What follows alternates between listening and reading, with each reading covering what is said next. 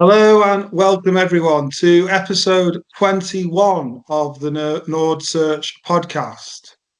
Today, I'm really excited to be joined by Reto Heller, who is team leader of Algo trading at Syneco in Germany. One of my favorite topics is to go into all things algo trading within the power market. So, yeah, it's great to have Reto on today. So, Reto, welcome to the podcast. Hi, Patrick.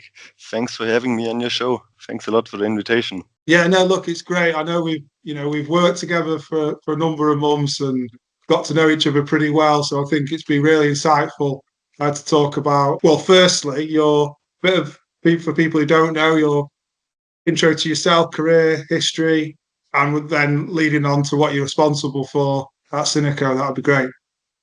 Sure. Yeah, my name is Reto, currently working for Syneco Trading as team lead Algo trading, working now since, for almost 8 years. I'm in the energy trading space. My academic career started with doing a bachelor's degree in energy economics. To be honest, before starting this bachelor's, I had no clue about energy economics at all. It just sounded future-proof, and therefore I decided to go for it. Since then, I'm quite happy to have decided to go on this path. And yeah, right after my bachelor's degree, I started at Syneco Trading, worked there for 5 years in different roles, more or less related to the short-term power trading space. Besides that, I got more and more interested into this automated trading, algo trading on the short-term power markets, and decided to do a part-time master's degree in data science. Got some coding skills, improved my statistics, probability skills. After that, I decided to join a battery optimization startup, algo trading startup in Austria, Inspired. Since beginning of this year, I got the opportunity to build an algo trading team here at Syneco Trading, and I'm really looking forward to continue working on that, to building an automated trading team, an algo trading team here at Syneco Trading, and solve some problems that our customers have, or that many customers or many utilities in this space currently have with the intraday power markets. Awesome. No, thanks for that. It's probably a few questions I've got which we can go into from that introduction. What I'd probably like to start with is obviously you mentioned you initially were like a trader, a short-term power trader. Is that right? When you I first started off your career at I Syneco? I wasn't never really manually trading. I was never really never had the position of a trader itself. I first worked on different projects at Syneco. For example, the introduction of an automated trading system that we were able to implement on our side, and also to automate some processes of our 24/7 desk. The 24/7 traders were really manually trading, but I was more like the project guy on that side, was working closely with them, but I never Yeah. was really interested into manually trading, looking at different charts, at multiple screens, at multiple data, picking up the phone and answering some phone calls and manually placing some orders on the market. I was right from the beginning really interested in the automation part of it and of the analytical and data science part of it, and was thinking about how can we optimize that. Is this really necessary to be done manually, or can it be automated and be improved with technical skills, with IT? And nowadays it's called a buzzword, AI. How can we improve the technologies from the 21st century, the trading? Cool. Yeah, because I was going to ask like the reason to go and do that masters in data science. What was the reason that you decided to do that? First of all, I really started to getting started with Python, getting started with data analytics, with trying to analyze some tennis matches online, calculating the odds, calculating the probabilities. And then I thought, hey, very close. Or there's also a skill that is needed in energy trading, especially in the short-term trading market. And then I thought, I don't think in the next 20 years so many manual traders will be trading manually on the short-term power markets. Then I've decided, this sounds like a good opportunity to get some new skills which are needed nowadays, which also interested me personally. So I decided to go for it, and learned a lot since then. Learned a lot technically, learned a lot data analytically, and also with probabilities and with process automation. it was a quite an interesting journey so far, and it's never getting boring. Yeah, no, absolutely. Obviously, with the short-term power markets, it seems to be like the first market in energy where it's the obvious one to automate. And but it'd be interesting to get a timeline of when you first saw like automation coming in the short-term power markets. Yeah, the first automation was really back in 2017, 2018, when we implemented the first auto trading system, which was able to execute the order placement by a machine, more or less. This was really my first contact with automated trading, and since then a lot happened. Many startups popped up, many algo trading software providers popped up, and really improved the game. And as you mentioned, it's really the first or the go-to market, or the first market that you go to automate your trading skills, to use some trading algorithms, is really the short-term power market, as it's quite a liquid market in Europe, or especially in the XBit zone. And there's also a lot of volatility. Volatility is increasing, trading volume is increasing, and also the processes behind the trading, let it be position closing of a renewable park, asset optimization for flexible power plants, is really something that you really can do very good automated, or can, in my opinion, even do better than people automated in the short-term power market. And therefore, this is the go-to market, in my opinion, to start working on. Obviously, you mentioned you went to Inspired, and was that like a fully automated trading environment that you went to there? Yes, this was a fully automated trading setup there. Really very smart people, very good people with a very good infrastructure and with a very good knowledge of the intraday power trading team, or with the intraday power trading, as they've done it before with some software.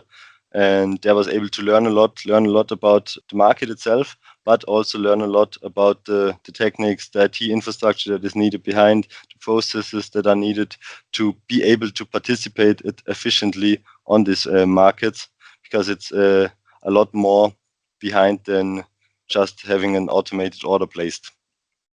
Yeah, obviously I know Jürgen is a friend of the podcast, been on before.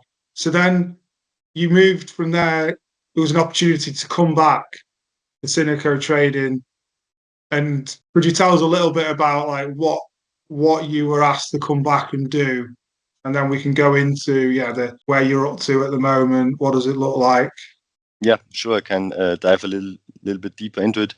Yeah, there was an interesting opportunity. Syneco decided to put more focus into the short-term power market itself, as the more and more customers were asking for intraday market access, asset optimization on the short-term markets, but also the internal processes needed to be optimized and improved. So therefore, Syneco decided to go with full focus also into the short-term power trading. And therefore, it sounded like a quite interesting opportunity for me to build something up from scratch, and to improve my skills, to also show what I've learned and show what I'm interested in, and really apply this in real life. Maybe to give a little bit background about Syneco Trading. It's it's an energy trading company based in Germany, in Munich, and is also not just an energy trading company, but also a service provider for smaller, medium-sized, and bigger utilities in Germany. And Syneco offers really all services for the energy trading part, not just market access to short-term power and long-term markets, but also all the services around this trading, like portfolio management, scheduling, risk management, balancing group management.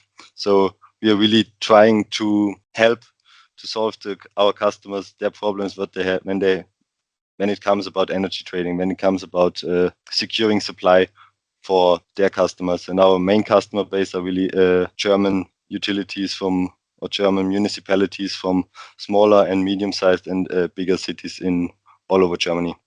Okay, so these can be like pretty large asset owners.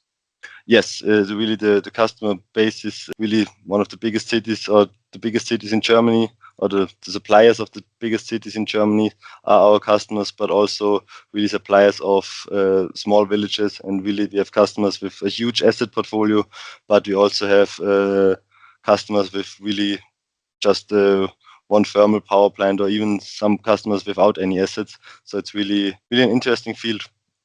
Yeah, no, absolutely. Especially with like the more renewables that continue to come online, does that drive the need for automated trading even further?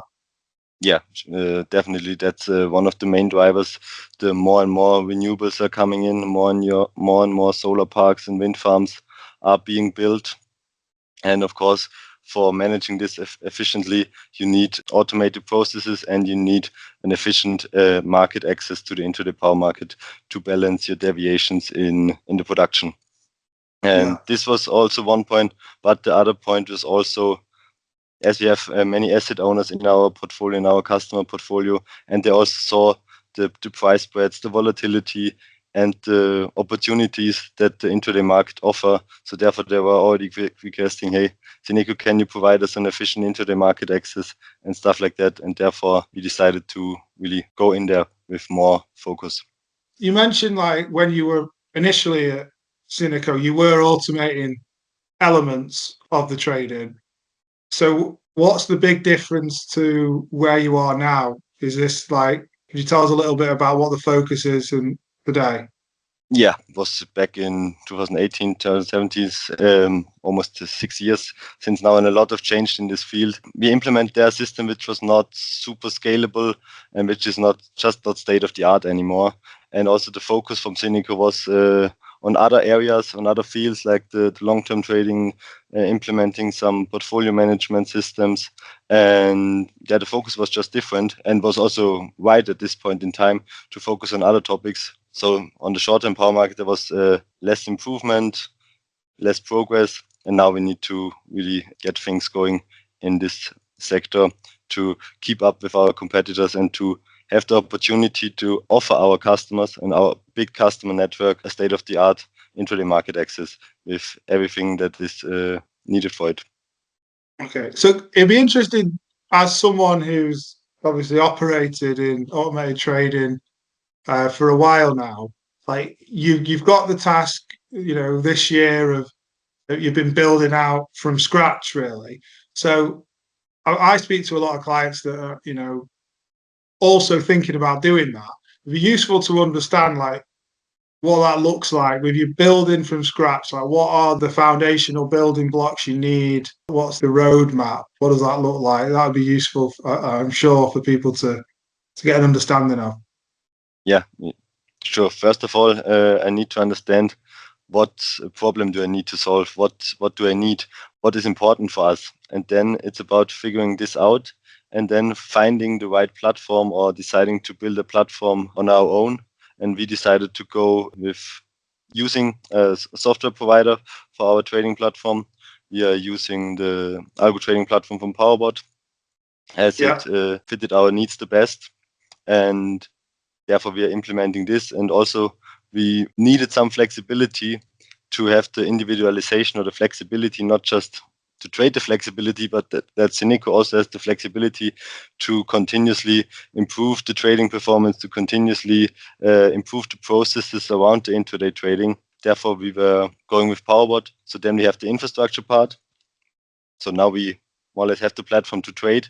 And now it's about to optimizing the processes from this platform to our customers, to our assets, to the service providers, also our customers, and to our internal processes to get them connected to the platform. Then we're just talking about the process. And then we really are talking about the trading itself and about the algorithms itself, that we have the opportunity to improve them, to use them, and to also write them and to continuously monitor them. So that's what we are currently setting up.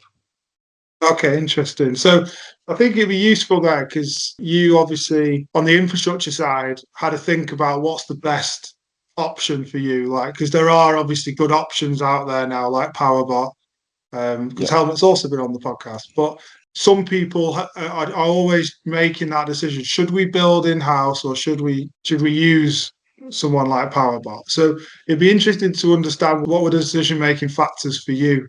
Yeah, pros and cons for both building the platform on our own or using external software. And for us, it was the resources. We don't have the capacity to build a platform, and not just building it. It's really about the maintenance part of the platform, and therefore this was the main driver. Yeah. But still, of course, when you don't build the platform, you have less flexibility. But with our platform now, we still have enough flexibility for our use cases, let me say it like that. So therefore, we are quite happy with the decision we made in that direction. But of course, as you mentioned, there are pros and cons.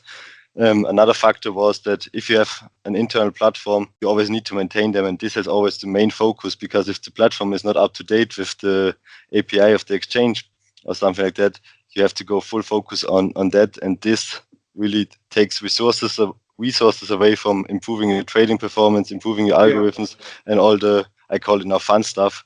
So Yeah. because this is always the highest priority, because you need to make sure that the platform is working, that the platform is up to date, and therefore we decided to use an external platform for it and have the focus on improving the trading performance, as Powerbot is taking care that the platform is working and up to date with the latest updates from the exchange.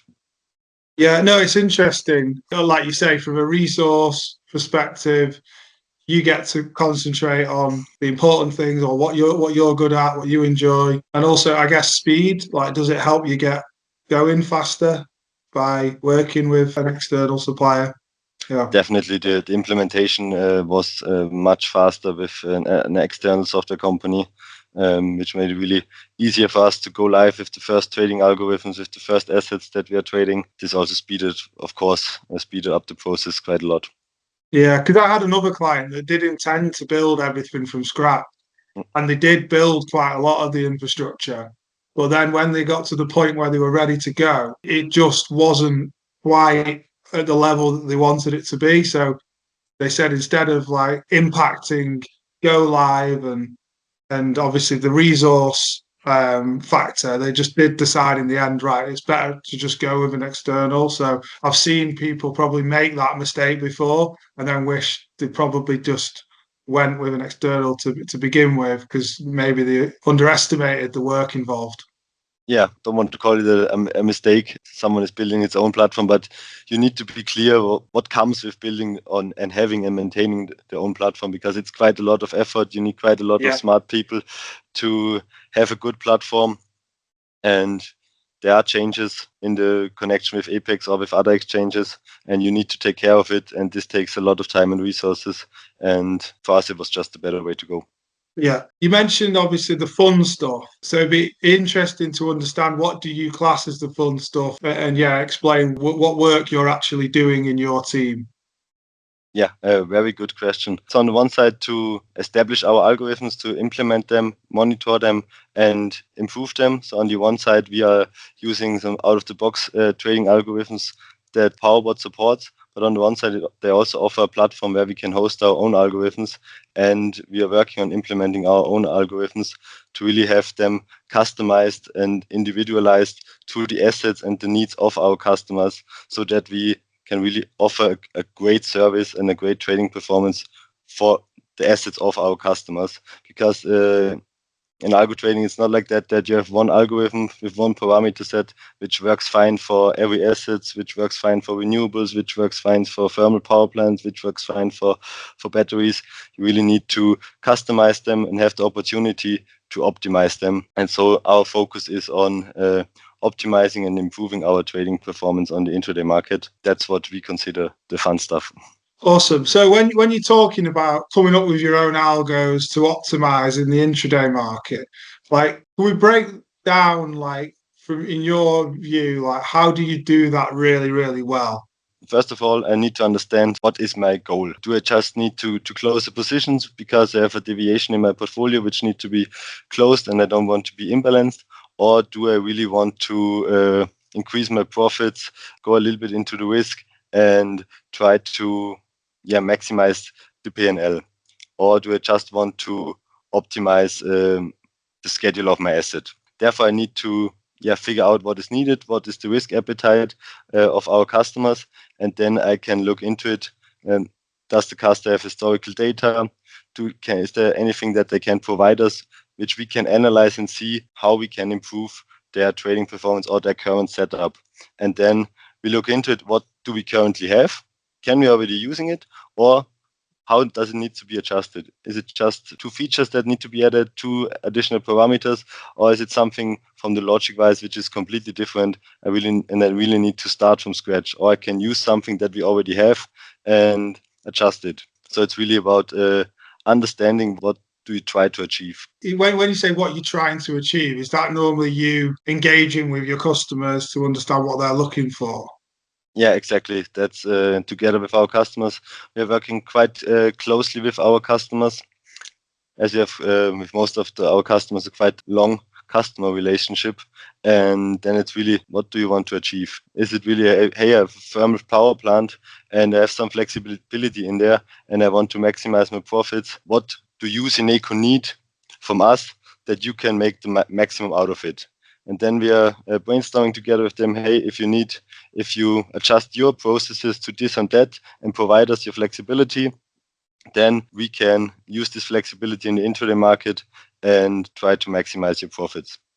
On the other side, if it's a customer who says, hey, I have a battery, which is just marketed in the ancillary services, but they see, hey, the intraday market is offering some good opportunities to increase my profits, then we sit together with the customers and try to figure out how we can use the intraday market for their battery to increase their profit and also to have a diversification in their income streams of the asset.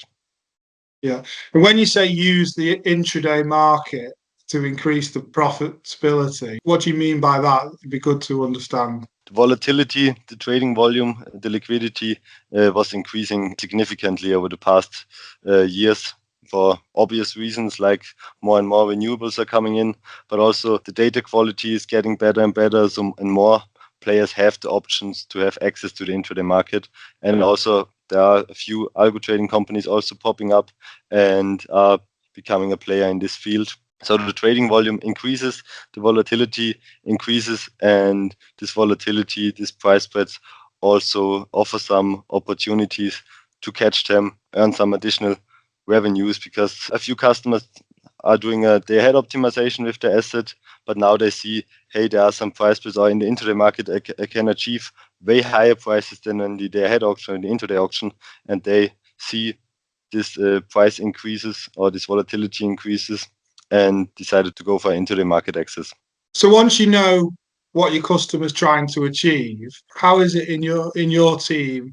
How is it done well? Like, I guess you can't all be done by you. So what types of people are you needing to be able to do optimization for your clients?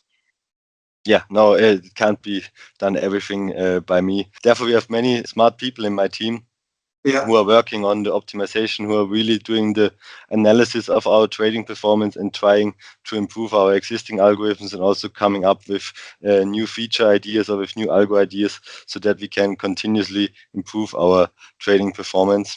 And people on our team with very good mathematical skills, with very good programming skills. What's very important also for me is people who are interested really in the market and in the asset itself. As the energy trading market is such an interesting field, in my opinion, I really appreciate it when people are also interested in this area of expertise and really like to dig deeper also in the topic behind than just looking at the prices and the market data, but who are really interested in, for example, the battery or the thermal power plant or in a VPP, who are really interested in that. And so they also come up with some really interesting ideas, so we continuously try to improve our trading performance. Yeah, awesome. So for you then, like building this team, like in terms of the types of roles that you need to deliver this algo trading, obviously for your customers, what types of roles do you need in the team? Yeah, with trading expertise already, who was trading in the intraday market or was doing algo trading in the intraday market already beforehand, had some experience on that side. And on the other side, we are having data scientists. Not the biggest fan of this job title, but it describes quite well what he is doing, a little bit of data engineering, having the data pipelines form into our databases and also form into our customers, doing some analytics on the market itself, on some fundamental data and on our trading performance. So we are looking currently for this kind of people, and we're quite happy that we find very smart people on that field. for you, then it's like a mix of what data scientists, people that have actual trading experience in the intraday market as well, and did you say programming skills as well, being able to develop the algos? Yeah, exactly. So good program skills are necessary as we are using Python as our language. So it's very helpful. They're good in programming Python. And of course, already some market expertise helps a lot. But as I mentioned, for me, is also the energy related topic quite helpful, because I don't need a data scientist who's analyzing 1 week the market data and then figures out, oh, the prices are low due to high solar production. This is something that needs to be quite obvious, and so that they can really go into the details and that they are not surprised that prices are increasing when the wind power is lower, something obvious like that. So therefore, for me, is also the little bit energy market related background a plus. Yeah. So when you say energy market, do you mean even more so like power market experience? Is that more relevant than having oil experience, for example? Yeah, that's for sure. That something related to power or gas is more helpful in that field than oil. But it doesn't really need to be as a trading role. It can also be portfolio manager or other people who are interested in the energy economics field. That they are just interested in what happens behind the trading volume or the order execution, or what really happens when I send a dispatch signal to our customers, or when I decide to take a physical position, asset backed, what happens on the other side. Yeah. That's something that I see as very important, and it's also that's my passion. It's not just the trading itself, but really this whole energy economics itself, the trading part, but also the assets behind the regulatory framework are very interesting to me. And that's also something that I really appreciate when my colleagues also have this passion. Okay. So having that passion for the market, having the quantitative skill set, being able to come up with models, program in Python. So once you've got those types of people, like, how do you then deliver like high performance when it comes to like getting the best results possible? Because it's a very competitive industry, isn't it? Like It, every day you're competing against the market. But how do you, in your view, like trade the best, get the best results, become a high performing team? yeah, as you mentioned, it's a super competitive environment, and that's also something that I really enjoy working in this fast-paced environment, because you really need to improve every day. Otherwise, you get passed left and right by your competitors. And yeah, to make sure that we continuously improve, of course, we need to define some benchmarks, Yeah. define some goals that we want to achieve, that we need to over deliver. And that's really individual, depending on the use case, depending on the customer, depending on the risk appetite of the customers, what is realistic and what do we want to achieve, and then come up with a benchmark or with a goal, and then see how we can achieve this. And not being happy, hey, I'm X cent or euros per megawatt hour better than benchmark X. It's really then why am I better? And also that's also the really good stuff in trading is, or the really hard stuff also in trading is, am I performing good because of luck or because of skill? And it's the same in the other direction. Why am I performing bad? Was it just bad luck? Or is my algo bad parameterized? Or is the logic behind my algo bad? This is a challenge I think the whole market tries to, or every player in this field tries to come up with the best idea, with the best approaches. But it's really about continuous improvement, continuously setting benchmarks, continuously setting goals and trying to achieve them. But that's also the good thing about the intraday power market. You see results more or less immediately. You can measure your trading performance live. You see if you have performed well or not so well. And then it's really about coming up, why did you perform well? Why did you not perform well? And how can you perform better? Yeah. But it's so transparent, isn't it? The feedback is so quick. Yeah. And you know where you stand. There's nowhere really to hide or gloss over. Like it's obvious how It, you're it's performing. it's fair, you can measure it, and I'm a huge passionate about Formula One, and there are so many comparisons or so many similarities to Formula One. You really need to improve on a day-to-day basis, otherwise your competitors get passed by you. And it's also like the clock watch in Formula One. You see immediate results. Did you do your job, or did others do it better? And that's something that I really enjoy. Yeah, I guess that is that also a trait you look for, like someone who who wants to work in like a high performance environment? Like, do you look at that, have they done it before? Maybe not just in a trading role. Is it like, do you try and find other areas where they've been in a similar kind of fast-paced competitive environment? Does that help at all in your Yeah, experience? of course, that helps, no matter if it's in academia or in sports. But this, of course, helps if someone wants to overachieve this goals, if someone is really thinking outside the box and coming up with special ideas, I would call it, to Yeah. achieve the best results. Of course, this is something we are looking for. Yeah. So, there's a famous UK sport leader called David Brailsford, and he talks about marginal gains. Is that like the kind of approach that you're looking for, which is like constantly looking at the data? How can we find that 1% improvement in everything that we do to continuously improve? Is that kind of what your mindset is as well? Yes, as we are still building up the team, there are some bigger gains still to be made, which are quite Yeah. obvious. But in terms of trading performance, it's exactly this. You really need to try to find these margins, on find these small improvements on how to increase, how to offer better service. And that's also something that brings it back to our customers, who often thinks algo trading, hey, I have an algorithm and then I have continuous extra money over the next 3 years and I don't have to do anything. I can lay myself back. But that's not the case, and especially not in the short-term power markets anymore. It's really continuous improvement, continuous monitoring, and you really need to go the extra mile to achieve superb results. So what are you monitoring like constantly on a daily basis? Yeah, of course, monitoring all our algorithms. How did they trade? How much did they trade? What was the average prices? Then we compare them to different indices. If they were outliers in terms of trading performance, did we buy for a very high price? Did we sell for a very high price? How was that able to be happen? And then we look into it. What was the reason? And as we also have a shadow trading system to see with different what could have been achieved, or we're also trying then to backtest and to see, hey, in live trading we achieved this, but with the best configuration, with the best decision making behind, I would have been able to achieve this. And to also have a comparison, because you always need a benchmark. You can't say by looking at the rare numbers this was a good or a bad day. You always need to compare it against anything or benchmark it against something that makes sense. Yeah, that's interesting. So how important is benchmarking for you when it comes to algo trading?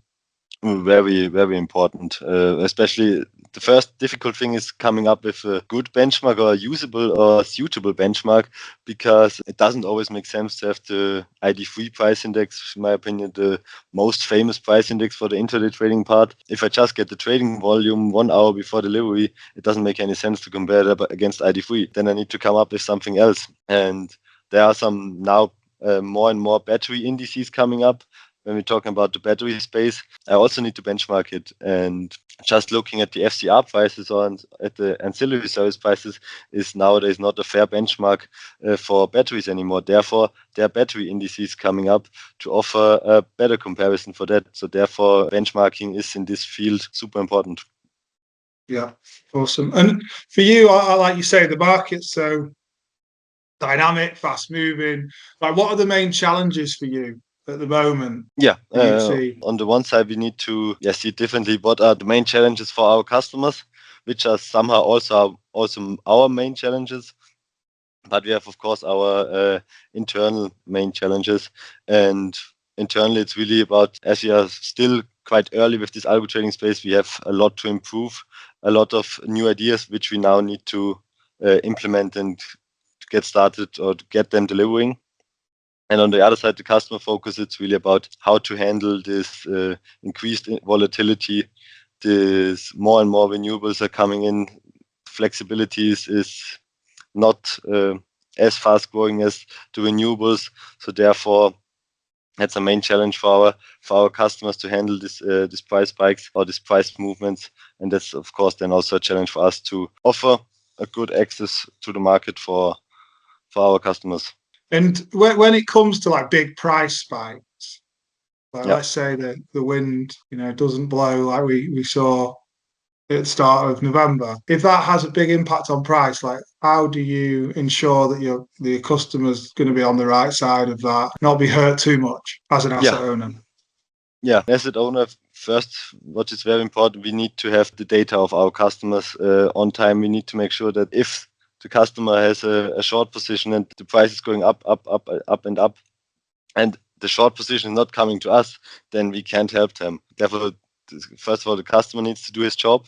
And if we then have the data, then we need to try to make sure that we achieve a good price and not buy at the highest price. That's one of the challenges. And that's something we address also together with our customers. How risky do we want to be? If we see, hey, this is just a short price spike, we wait. Is the customer okay with it? Or do they say, are you crazy, Syneco? I need to close my position ASAP because the price is just going upwards.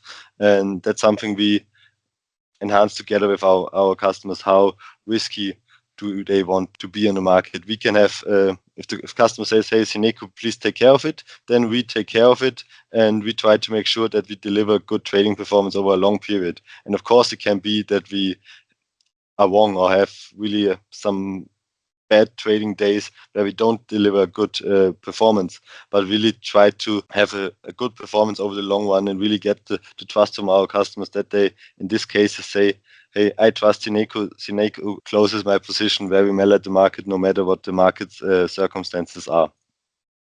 Yeah. So is that then making sure you have like a longer term view? And yes. What kind of time horizon would you want to measure rather than like just one day? What time horizon would you normally say is better to measure? At least half a year to 12 months, because it's really, then sometimes it can be just luck. If you have a long position in an up trading on a very trending day, just trending in one direction, then everybody on the market has a great trading performance because it's super simple. But that's also what we tell our customers, to not focus on one day or just a couple of days, to really have, hey, we deliver you a good product which you can sleep well. We take care of it and we deliver good trading performance. There will be days where we are worse than benchmark. That's something that this will always happen. But in the long run, you get good prices, you get good market access, and you get a good trading performance. And Syneco takes care of it. Yeah. So what are the key ingredients there to deliver that longer term performance? Like you say, there'll always be outliers, but like, how do you continually ensure that you are beating the benchmark and beating the market? Like, what's the decision making factors that you have? Yeah. When trading? You're getting more and more data to get more and more insights, to come up with more and more trading signals, trying to come up with some machine learning models which help us understand, or with some price models that we have and can use internally. That's the thing that we can do. But as we are always in close exchange with our customers, we also try to improve the data that they provide to us, if they can provide it sooner, if they, for example, they have a renewable portfolio, or they have can they provide us more forecast updates?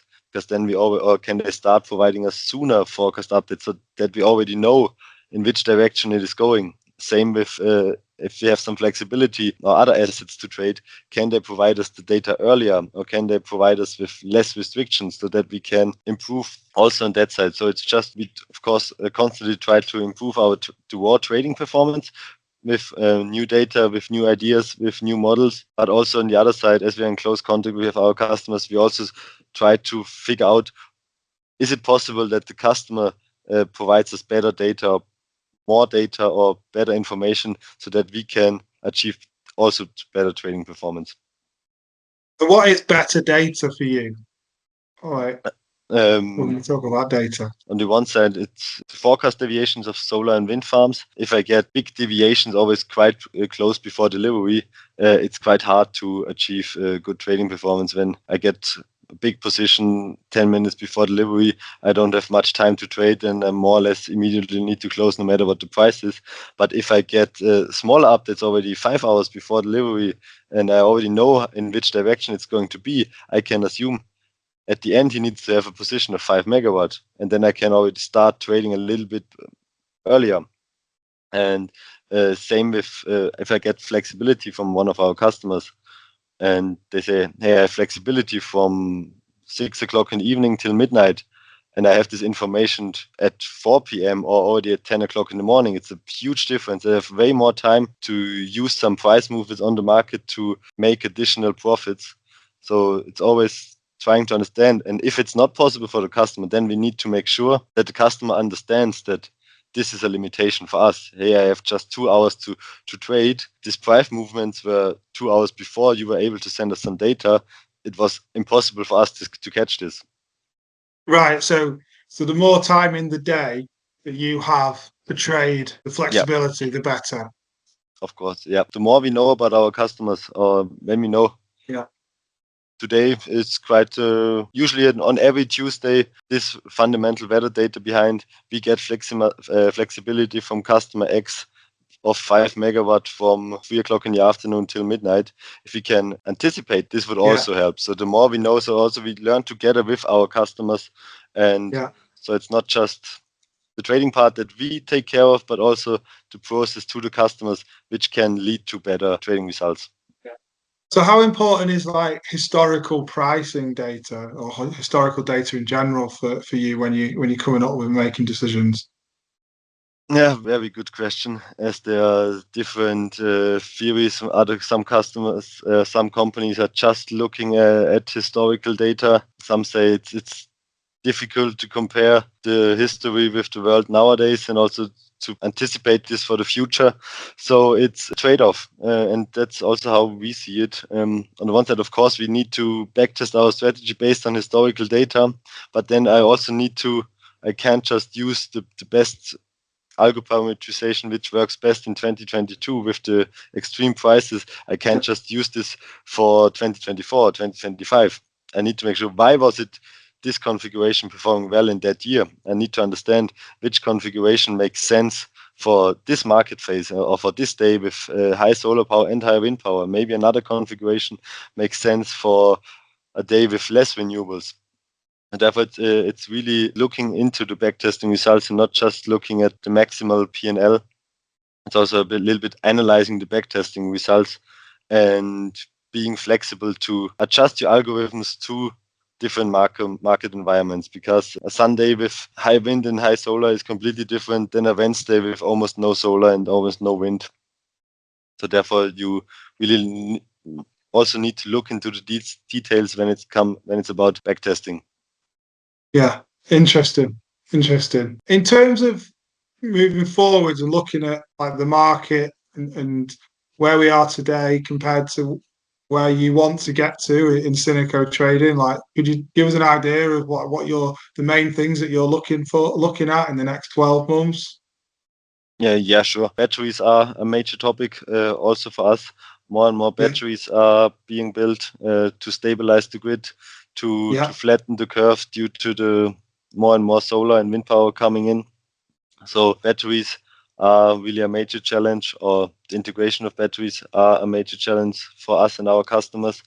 So we try to focus on that.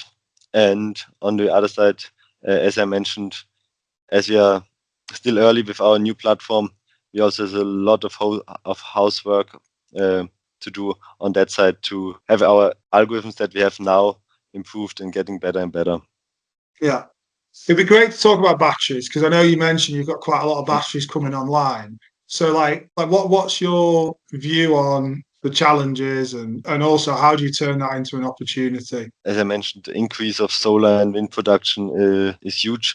There's so many new capacities being built all the time. So it's quite obvious that we need additional flexibility, and batteries are supporting on that. Also, prices for batteries are getting cheaper. So it's quite an interesting field. And to have batteries, to make money out of batteries, you need to be able to not just participate in the intraday market, but also being able to market your battery on the ancillary services market like FCR and AFRR.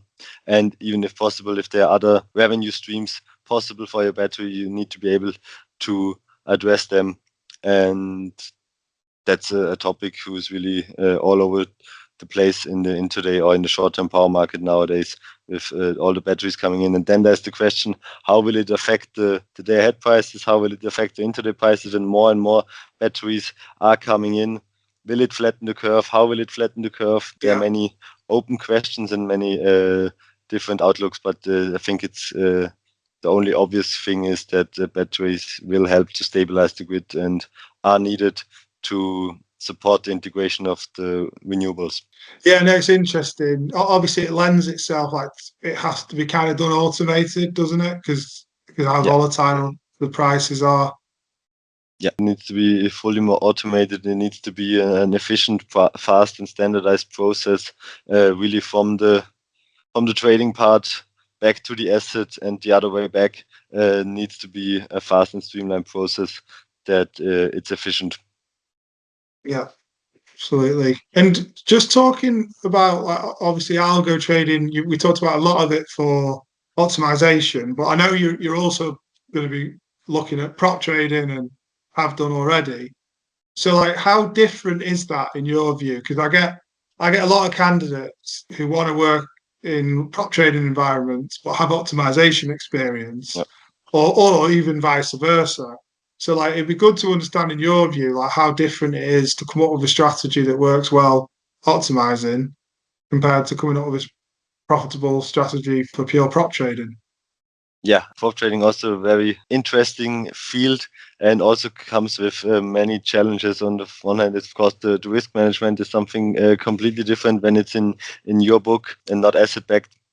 You need to have a good risk management, but on the other side, really prop trading in the short-term power markets, also in the from day ahead to really short-term power markets, offers quite a lot of opportunities. And it's not the one prop trading strategies, but there are so many options that you can address, so many options that you can use to generate P&L, which is very interesting. And what's important, it's also about continuous improvement. You need to come up with, I would call it extraordinary ideas. You need to really think a little bit out of the box. And sometimes it also helps to have a playbook for extreme situations and to use them into your favor. But what also helps is to understand when does your strategy perform well and when does it not perform well, to figure out, hey, tomorrow will be a day where my strategy might work, and day after or today is a day where it's just not working well, and then turn it off or trade it with lesser volume. So it's also understanding what are the strengths and weaknesses of your individual strategies so that you can really then again adjust it to the market environment. Is there a day where there's, I mentioned it before, very low renewables in the grid, then the one strategy might work, the other might not work, and vice versa. So it's really about understanding your strategies and see when they perform well and when they don't turn well, so that you can reduce your losses and maximize your profits on days where it really generates money. So it's more about, like, when to trade, not like trading Not only, but this is an option to understand, to reduce your risks, and also when I can anticipate that this is a day where my strategy might not work so well, why shall I trade then? Yeah. But other days, hey, I'm quite certain, or there's a quite high probability that it might work out, then increase the volumes on that day to also reduce the chances of earning a lot of money on these days. Yeah. So you have to be quite disciplined in your approach. Definitely, and trading is a lot about discipline and about probabilities. And in the long run, you need to make sure that your strategy earns money. And then it's also same like for customer trading. It's not looking at one day or looking at 1 week. It's looking on a longer time frame, because in trading, it can always be that you don't earn money for 1, 2, 3, 4, 5 weeks. But if you then know if the week comes where market environment comes into play and I earn a whole lot of money, then it's fine. It's not like the revenues will be the same every day. It's not like in software sales, for example, where I earn every day 1,000 euros. It's not like that. Can be that I don't earn anything for half a year, but then in 1 month I earn as much money as I have earned in the past 2 years together. Yeah, absolutely. Be interesting, because quite a lot of candidates I speak to, they they do ask me, how do I convince a hiring manager if I've not done prop trading before, or maybe I've done optimization and asset back trading very well, and I've got algos that perform. How do I convince someone that I am right for a prop trading role? Like, have you got any advice, or is there anything you look for that would help give you more confidence that that person could do that job? Yes, I think it's a lot about the mindset. Does the candidate think like a trader in terms of probabilities, in terms of risk reward ratio? Does the candidate have traded something before? Is he really interested? I don't know. Did he try out a crypto trading bot?